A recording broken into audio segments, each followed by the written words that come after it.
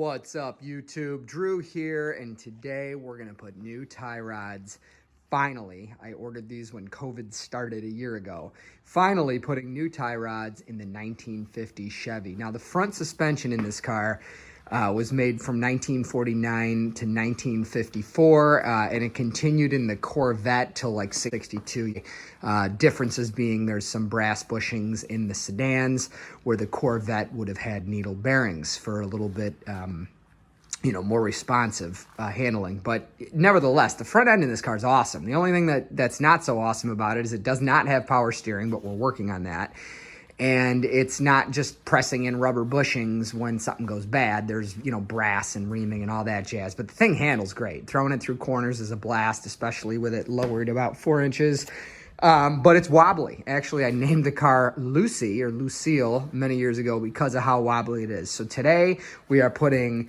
That is an adjustment sleeve that I had that was extra with 2 new tie rod ends on it, and that is a non-adjustable tie rod for the passenger side as it came from the factory. So jacking up this car, the cross member where I'm going to put the jack, not on the core support there, but the actual cross member, that could probably lift 3 of these cars. It's about a 5 or 6 inch diameter circle, half circle on the top, and then flat on the bottom. And yeah, there's jack marks on it from 71 years, but it can support the weight of the car. So we're going to get it up and we'll go from there.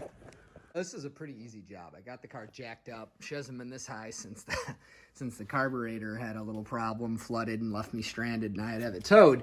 But anyways, really easy job. That's the fixed tie rod here on the passenger side. You've got a cotter pin to take out, a castle nut.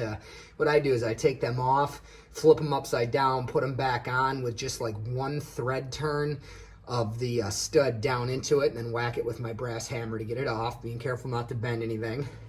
There, they connect up on the third member, the idler arm.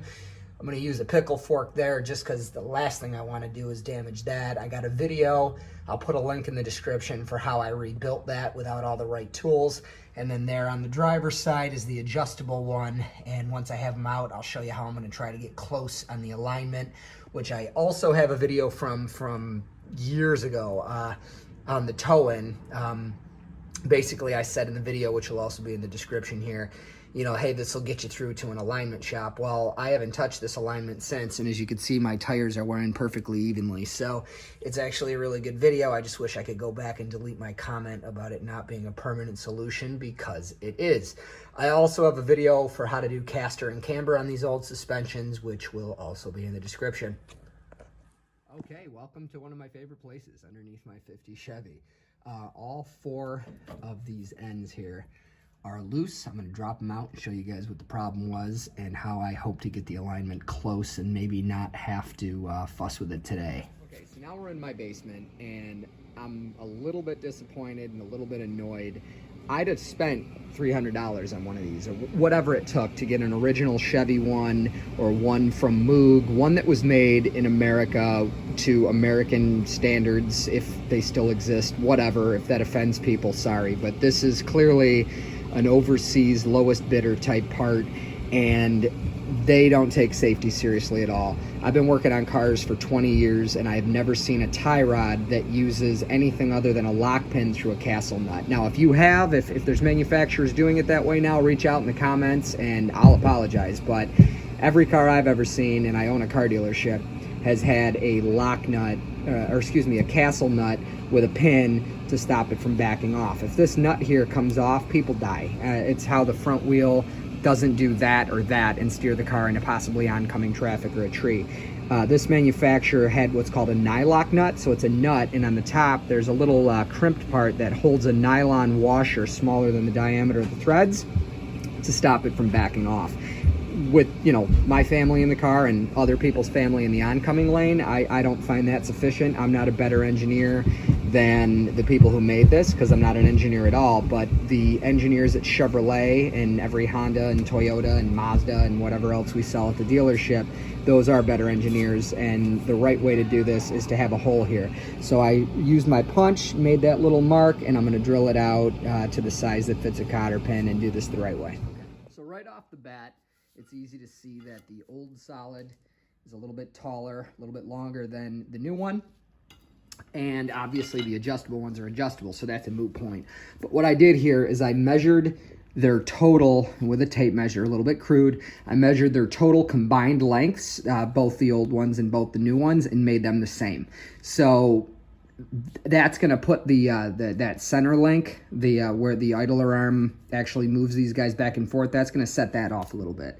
So right off the bat, even if you had a perfect alignment before and somehow with a tape measure out of the car, you get the tie rods exactly the same, you're going to need to adjust the drag link, which is the adjustable length between the arm from the pitman arm from the steering gear to that idler arm that goes back and forth like this and moves these tie rods. So basically that's the way I did it. I'm going to do the alignment myself because, you know, I think 13,000 miles into this alignment and it's been fine. But this should be close enough where, you know, if the car seems okay, you know, to go a mile or two down the road, do an alignment shop, you know, obviously do it at your own risk. This isn't an instructional video. It's more for entertainment. But yeah, so that's the way to get these back into the car and not have your wheels just, you know, you're going to wear out your tires between, you know, your garage and your mailbox. So I'm going to get these guys back in and we'll go from there. There they are, all installed. I put grease fittings in them, greased them up, threw them in, went by feel for the torque for the nuts that hold them in. You see I got the cotter pins in there. I did it the safe way. I was a little bit high with one of my cotter pins.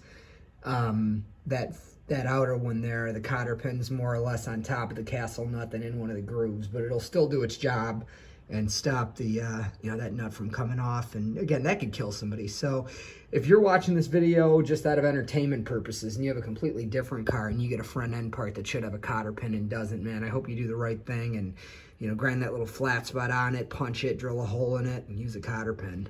Safety is pretty important with these things, especially with you know, no airbags, no seat belts, and then obviously the other people in the other lane to worry about. But hopefully you guys like this video. Probably going to start doing a lot more work on this car, so like and subscribe.